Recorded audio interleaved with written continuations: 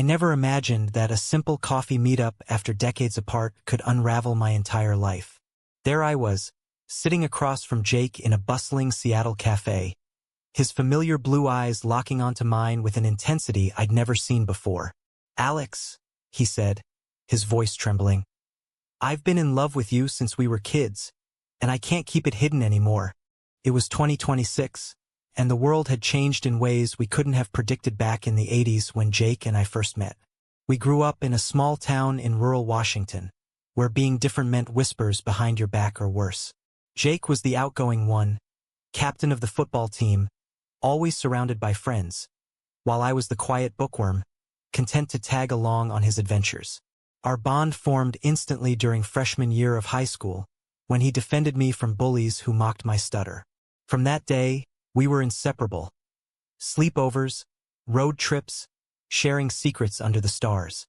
But looking back, there were signs I ignored. The way his hand lingered on my shoulder a second too long, or how he'd stare when we changed for gym class. I chalked it up to brotherly affection, never questioning deeper. Life pulled us in different directions after graduation. I pursued engineering at the University of Washington, diving into a career that took me to tech hubs across the country. Jake stayed closer to home, becoming a teacher, marrying his high school sweetheart, Sarah, and raising 2 kids. We kept in touch sporadically, Christmas cards, occasional calls, but the distance grew. I built my own family, married Lisa, had a daughter named Emily, and settled into a comfortable suburban life in Portland. Yet, every now and then, I'd feel a pang of nostalgia for those carefree days with Jake, wondering why no other friendship ever matched it. The reunion call came out of the blue. Jake's message was cryptic. "Need to see you. Important." I assumed it was about his recent divorce.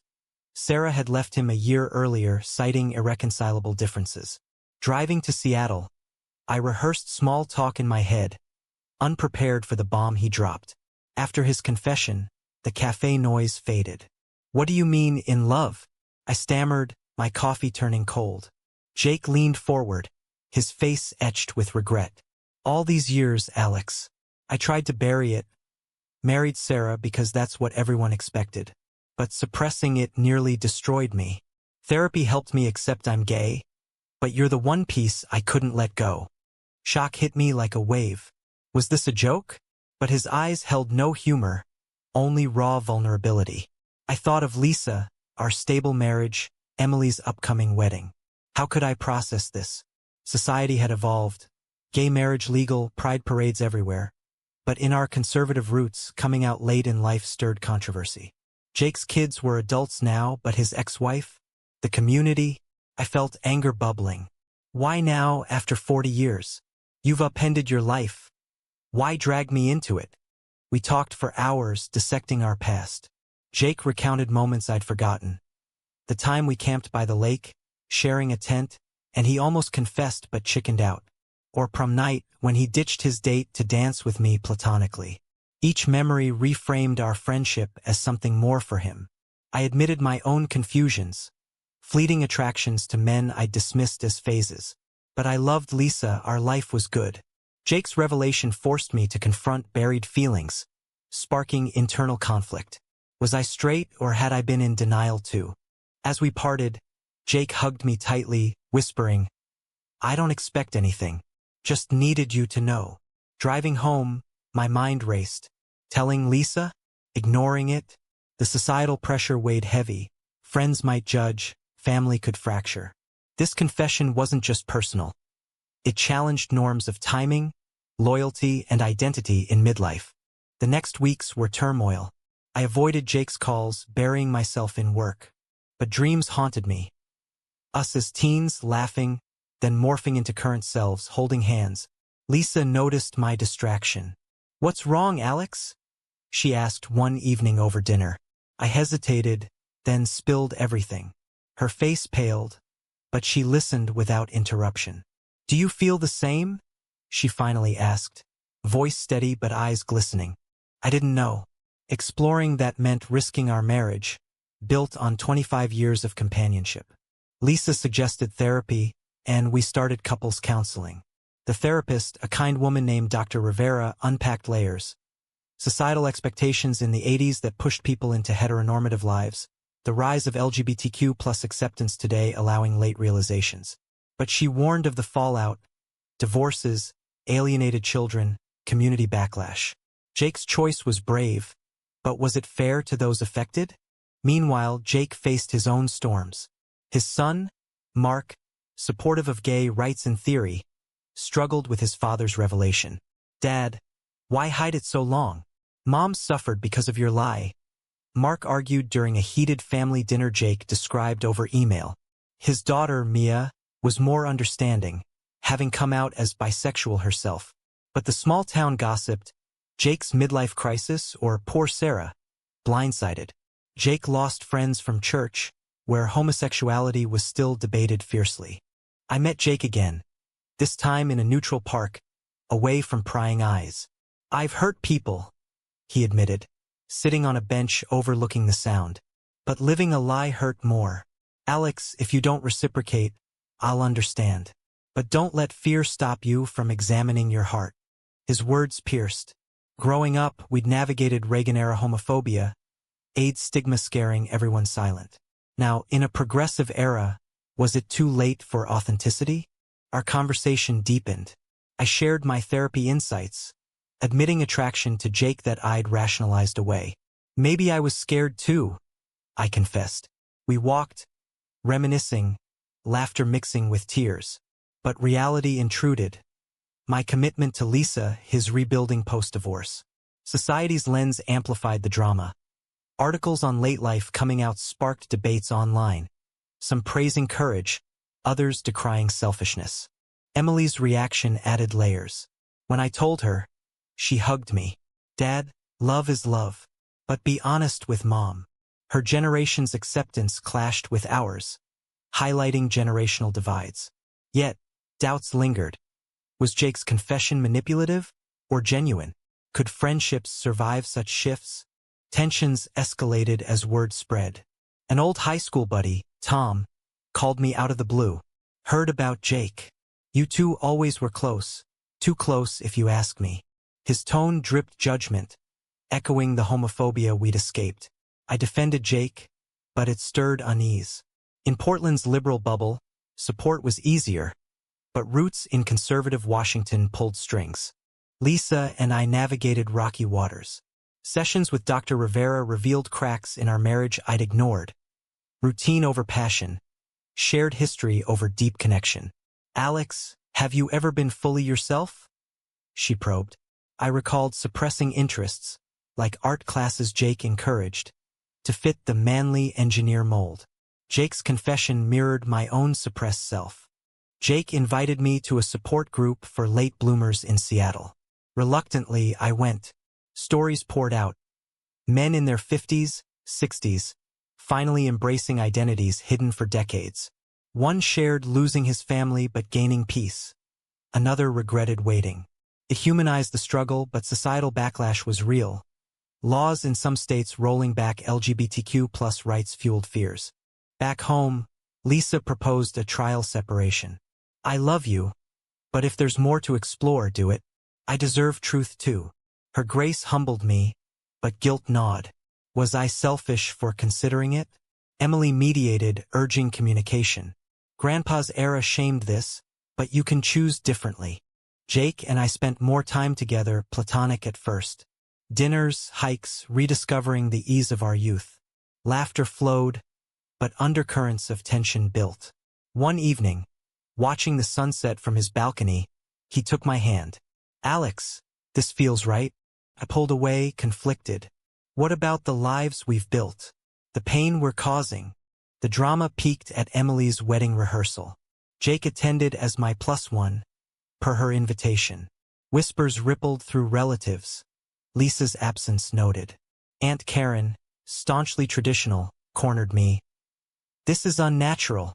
Think of the family." Her words ignited a family argument, exposing rifts. Younger cousins defended us. Elders clung to old views. Jake stood firm. Love isn't a choice, but hiding it is. Post-rehearsal, I confronted my feelings. Driving Jake home, I admitted, I think I love you too. Always have in a way. Tears streamed as we hugged, but no kisses. Emotions raw, not rushed.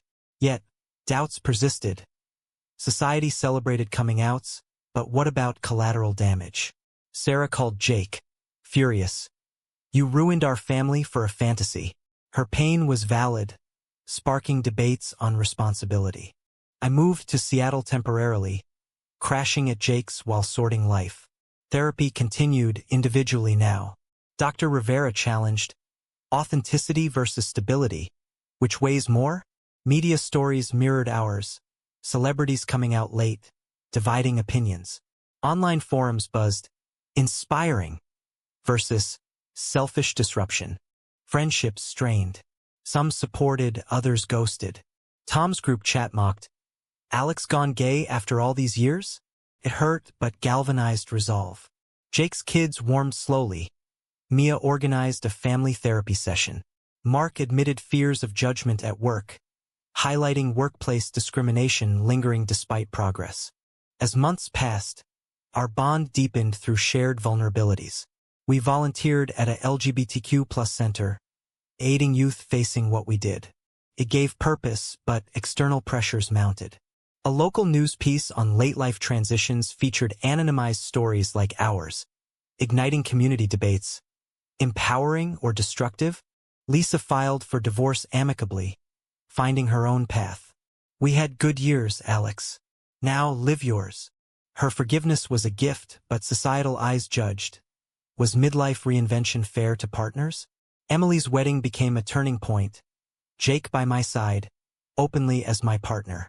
Toasts celebrated love's evolution, but not without awkward silences. Highs and lows intertwined as we navigated new terrain.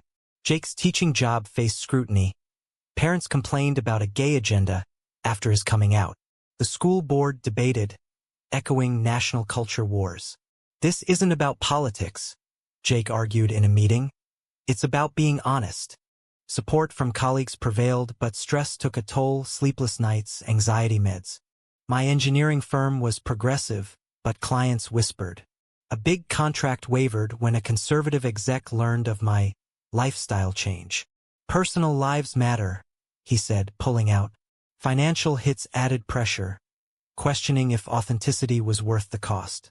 Society touted progress, but pockets of resistance persisted, fueling internal debates. We sought solace in community events, pride festivals, where elders shared similar tales. One veteran activist said, "We fought for this freedom. Use it." Yet, backlash online targeted latecomers. Cowards who hid, now parading. It stung, but Jake reminded, our journey's valid too. Family reconciliations progressed unevenly. Sarah met us for coffee, civil but tense. I wish you'd told me sooner, she said. Jake apologized profusely, acknowledging her sacrificed years. It sparked reflection. Were suppressed identities victims of society or personal failings? Mark brought his girlfriend to dinner, awkward at first, but laughter broke ice. Mia's partner, a woman, bonded with us over shared experiences. Romantically, we took it slow, focusing on emotional intimacy. Walks in the rain, cooking together, mundane joys amplified by truth. But external conflicts arose. A neighborhood petition against alternative lifestyles in our building, thinly veiled homophobia. We fought back legally, winning, but it exhausted us. Emily's pregnancy announcement brought joy amid chaos. You'll be grandpas, she beamed via video. It humanized our relationship, shifting family focus to future. But societal questions loomed. How to explain to grandkids? Schools debated LGBTQ+ inclusion, mirroring our battles. A pivotal moment came at a reunion with high school friends. Tom confronted Jake. You lied to us all. Jake countered. I lied to myself, scared by your world's judgments. The group split. Some apologized for past ignorance, others left. It highlighted evolving norms. Acceptance growing, but not universal. Therapy delved deeper. I grieved my old life, Jake his regrets. Dr. Rivera noted, change disrupts, but stagnation suffocates. We explored intersectionality, our white middle-class privilege easing paths others couldn't. Stories of POC LGBTQ+ elders facing compounded discrimination humbled us. As winter set in, stability emerged. Jake's job secured. My freelance work boomed in inclusive circles. We planned a commitment ceremony, small and meaningful. Invites sparked debates. Traditionalists boycotted. Progressives celebrated. Sarah attended, a gesture of closure. Yet, doubts resurfaced during quiet nights. Did we do right, appending everything? I asked Jake. He held me. Living truthfully? Yes, but pain's part of it. Society's mirror reflected mixed messages. TV shows glamorizing coming outs, news highlighting hate crimes. The ceremony was intimate, in a sunlit garden overlooking Puget Sound. Vows exchanged tears and promises. Through silence and storms, I choose you. Emily officiated, her belly swelling with new life. Absent faces stung, but present ones radiated support. Post-event, a family barbecue bridged gaps, mark toasting, to second chances. Honeymoon in Hawaii brought respite. Beaches, sunsets, time to reflect. Jake shared childhood fears. Dad's homophobic jokes scared me silent. I confessed mine. I admired you so much, it blurred lines. Healing deepened our connection, but news back home intruded. Anti-LGBTQ+ bills in legislatures, reminding vulnerability. Returning activism called. We joined advocacy groups, lobbying for protections. Testifying at hearings, Jake's story moved audiences. 40 years lost to fear. Don't let youth suffer the same. Applause mixed with boos, encapsulating divides. Media interviews amplified our voice, but trolls attacked online. Old men playing victim. Professional repercussions lingered. My ex-client's pullout led to layoffs at my old firm, indirect fallout. Guilt hit. My choice affected others. Jake's school faced funding cuts from conservative donors. We adapted, Jake tutoring privately, me consulting remotely. Family dynamics evolved. Grandson's birth, little Noah, united us. Holding him, Jake whispered, "You'll grow in a better world." But explaining our relationship to relatives sparked arguments. "It's confusing for kids," Aunt Karen claimed. Emily retorted, "Love isn't confusing. Hate is." Societal tensions boiled during elections. Candidates debated LGBTQ+ rights. Our story cited in op-eds. Pro. Inspirational resilience. Con. Disruption to family units. It fueled personal debates. Was our happiness worth the ripple effects? A crisis hit when Jake's health scare. A heart murmur. Forced perspective. Hospital nights. I held his hand, vowing never to hide again. Recovery strengthened us, but highlighted aging realities. Who cares for LGBTQ+ elders without traditional support? Community built buffers. Friends from the support group became family, sharing holidays. Mia's wedding included us prominently, a stark contrast to past silences.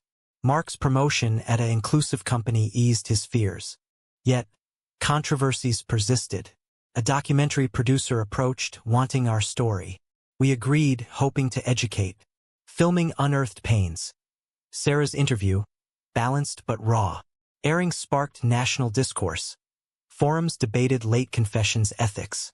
As years blurred, months since confession, but felt eternal, we settled into routine. Coffee mornings, evening walks. Love, once suppressed, flourished quietly. But questions nagged. Society evolved, but enough? Noah's first birthday marked a milestone. Laughter filled our home, families mingling. Jake and I exchanged glances, grateful for this patchwork life. Yet, undercurrents of debate lingered. Online comments on our doc. Heroic versus irresponsible. Reflecting, our journey exposed society's fractures. Progress uneven, acceptance conditional. Jake's confession, a catalyst, forced reckonings. Lives upended, but rebuilt stronger? Lisa thrived single, dating anew. Sarah found peace in therapy. Kids adapted, grandkids oblivious to drama. But was the cost justified? Midlife revelations challenge norms, sparking arguments on timing, duty, self. We volunteered more, mentoring youth, paying forward. In quiet moments, doubts whispered. Alternate paths, silence preserved stability. But at what sole cost? Jake's eyes, now peaceful, affirmed our choice. As sun set on another day, I pondered the ripple. Changed everything, yes, but for better? Was it morally right for someone to reveal a lifelong secret love that disrupts multiple families after 40 years? Or should such truths remain unspoken to preserve established lives?